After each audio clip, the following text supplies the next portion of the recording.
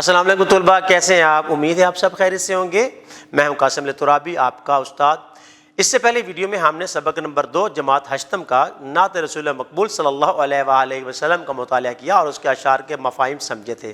اب اس ویڈیو میں ہم چلیں گے اس کی مشق کی طرف۔ یہ حتمی بات ہے کہ کسی بھی سبق کو جب ہم پڑھتے ہیں تو اس کے بعد اس کی ایک مشق تیار کی جاتی ہے، اس میں کچھ سوالات پوچھے جاتے ہیں۔ اس کا مقصد صرف یہ ہوتا ہے کہ تاکہ ہم جائزہ لے سکیں کہ بچوں نے جو سبق پڑھا ہے وہ ان کے ذہن نشین ہے بھی کہ نہیں، اور وہ اس سبق سے متعلق ان سے پوچھے گئے سوالات کے جواب دے بھی سکتے ہیں کہ نہیں دے سکتے۔ تو چلتے ہیں اس کی مشق کی طرف اور دیکھتے ہیں ان میں کیا کیا سوالات دیے گئے ہیں۔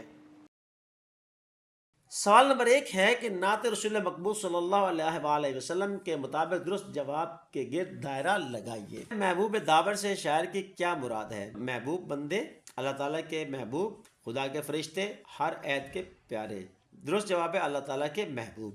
آدم مسجد ملائکہ بنا اپنے علم کی بنیاد پر، اپنی تخلیق کی بنا پر، حضور نبی کریم صلی اللہ علیہ وآلہ وسلم کی وجہ سے، اپنی عقل کی وجہ سے۔ درست جواب ہے حضرت رسول اللہ صلی اللہ علیہ وآلہ وسلم کی وجہ سے۔ درگاہ معبود حقیقی پر جھکایا عبد کو، حیوان کو، جنات کو، زمانے کو۔ درست جواب ہے عبد کو۔ شہنشاہی کے قابل کر دیا جس نے امراء کو، غرباء کو، عقل والوں کو، گداؤں کو۔ درست جواب ہے گداؤں کو۔ شاہان جابر سے مراد ہے رحم دل بادشاہ، ظالم بادشاہ، عادل بادشاہ، انصاف پسند بادشاہ۔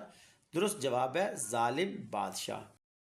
سوال نمبر 2 ہے کالم الف کو کالم بے سے ملا کر مصرع مکمل کیجیے۔ وہ جس نے تخت اونچے کر دیے شاہان جابر کے، وہ جس کا ذکر ہوتا ہے زمین و آسمانوں میں، فرشتوں کی دعاؤں میں، مؤذن کی اذانوں میں، جو بے یاروں کا یارا، بے سہاروں کا سہارا ہے، خدا کے بعد جس کا اسم اعظم ہے۔ سوال نمبر 3 ہے دیے گئے سوالات کے مختصر جوابات تحریر کیجیے۔ نعت کے پہلے شعر کا مفہوم اپنے الفاظ میں بیان کیجیے۔ شاعر اس شعر میں کہتا ہے کہ نبی کریم صلی اللہ علیہ وآلہ وسلم اللہ تعالیٰ کے برگزیدہ نبی ہیں اور وہ محبوب خدا ہیں اور عالم کے لیے سرور اور راحت کا باعث ہیں۔ غلاموں کو تخت شاہی پر بٹھانے کا مطلب کیا ہے؟ انہیں غلامی سے نجات دلائی اور سرداروں کے برابر مقام عطا کر دیا۔ گداؤں کو شہنشاہی کے قابل کس نے بنایا؟ گداؤں کو شہنشاہی کے قابل نبی کریم حضرت محمد مصطفیٰ صلی اللہ علیہ وآلہ وسلم نے بنایا۔ نبی کریم صلی اللہ علیہ وآلہ وسلم کا مبارک ذکر کہاں کہاں کیا جاتا ہے؟ نبی کریم صلی اللہ علیہ وسلم کا ذکر مبارک زمینوں، آسمانوں، فرشتوں کی دعاؤں اور مؤذن کی اذانوں میں کیا جاتا ہے۔ سوال نمبر 4 ہے دیے گئے سوالات کے تفصیلی جوابات تحریر کیجیے۔ اساتذہ کرام تختہ بورڈ پر ان سوالات کے تفصیلی جوابات وہ لکھیں اور کاپی پر نقل کروائیں تاکہ بچے بار بار پڑھیں، یاد کر سکیں اور امتحانات میں لکھنے کے قابل ہو سکیں۔ زبانی اظہار۔ نعت کے اشعار غور سے سنیے اور بتائیے کہ آپ کو کون سا شعر سب سے زیادہ اچھا لگا اور کیوں لگا۔ اساتذہ کرام بچوں سے اس نظم کے بارے میں پوچھیں، یعنی نعت کے بارے میں پوچھیں کہ کون سا شعر انہیں اچھا لگا ہے، اور اس سے پوچھیں اور ساتھ ان کی معاونت بھی کریں اور انہیں سمجھائیں کہ اس شعر میں کیا کیا نکات بیان کیے گئے ہیں تاکہ ان کی پسندیدگی کی وجہ ظاہر ہو سکے۔ نعت کے اشعار کو غور سے سنیے اور اہم نکات آپس میں گفتگو کیجیے۔ اساتذہ کرام اس نظم یعنی نعت رسول مقبول صلی اللہ علیہ وسلم کے اہم نکات ہیں وہ بچوں کو کاپی پہ نقل کروائیں تاکہ بچے انہیں پڑھیں اور سمجھنے کے قابل ہو سکے اور پھر بعد میں آپس میں بات چیت کرنے کے بھی صلاحیت ان میں پیدا ہو سکے۔ نعت کو غور سے سنیے اور اس کے ہر شعر پر اپنے جذبات اور احساسات کا اظہار کیجیے۔ اساتذہ کرام ان کے مفاہیم اچھی طرح بچوں پر واضح کریں اور ان کے اندر یہ صلاحیت پیدا کریں کہ وہ سمجھیں اور اپنے خیالات کا اظہار کرنے کی صلاحیت پیدا ہو سکے۔ لفظوں کا کھیل۔ نعت کے درج ذیل الفاظ کو جملوں میں استعمال کیجیے، نیز ہر لفظ کے آخری حرف سے کوئی نیا لفظ بنائیے۔ اساتذہ کرام جملوں میں استعمال کر کے تختہ بورڈ پر لکھیں، نئے لفظ بھی لکھیں اور کاپی پہ نقل کروائیں تاکہ بچوں کو سمجھ آ سکے کہ آخری حرف سے کون سا نیا وہ لفظ بنایا جا سکتا ہے اور کیسے بنایا جا سکتا ہے۔ زبان شناسی۔ تذکیر و تانیث کے چند قواعد۔ جانداروں میں نر اور مادہ کا تصور موجود ہوتا ہے، اس لیے ان کی تذکیر و تانیث میں ہمیں کوئی مشکل پیش نہیں آتی۔ بے جان اشیاء میں چونکہ نر اور مادہ کا تصور موجود نہیں ہوتا، اس لیے ان میں تذکیر و تانیث کے حوالے سے فرق کرنا عموماً مشکل ہوتا ہے۔ لہٰذا بے جان اشیاء کی تذکیر و تانیث میں درج ذیل اصولوں کو مد نظر رکھنا بہت ضروری ہے۔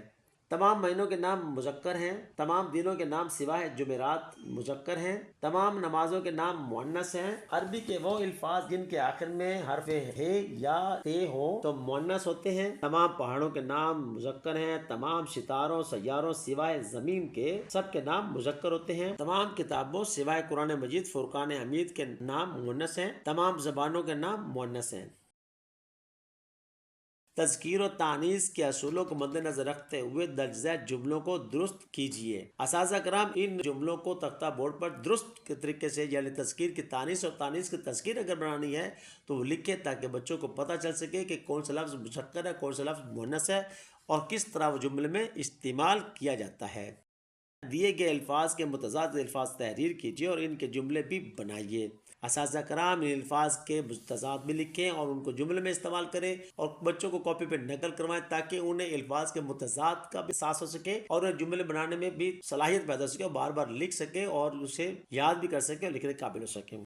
تخلیقی لکھائی، مکالمہ نگاری، دو یا دو سے زائد افراد کے مابین ہونے والی گفتگو کو مکالمہ کہتے ہیں۔ چونکہ مکالمہ لکھتے وقت مخاطب اور سامع آمنے سامنے موجود نہیں ہوتے، اس لیے لہجے کا اتار چڑھاؤ اور انداز بیان سمجھنا قدرے مشکل ہوتا ہے۔ لہذا مکالمہ تحریر کرتے وقت رموز اوقاف اور قوسین کا درست استعمال بہت معاون ثابت ہوتا ہے۔ مکالمہ تحریر کرتے وقت درج ذیل نکات کو مد نظر رکھنا ضروری ہے۔ مکالمہ با مقصد ہونا چاہیے، املا درست ہونی چاہیے، مکالمے کا آغاز و اختتام مناسب ہونا چاہیے۔ تاثرات کا اظہار کرنے کے لیے رموز اوقاف کا استعمال کیجیے۔ مکالمہ ہمیشہ زمانہ حال میں لکھیے۔ مکالمہ غیر رسمی، آسان اور دلچسپ ہونا چاہیے۔ سوال نمبر 11 ہے کہ قلم کی اہمیت کے موضوع پر دو دوستوں کے درمیان مکالمہ تحریر کیجیے۔ اساتذہ کرام اس موضوع پر مکالمہ لکھ کر بچوں کو دیں تاکہ اسے یاد کریں اور بار بار پڑھنے سے ان کے اندر جو ذخیرہ الفاظ بھی ہو اور لکھنے کے قابل بھی ہو سکیں۔ سوال نمبر 12 ہے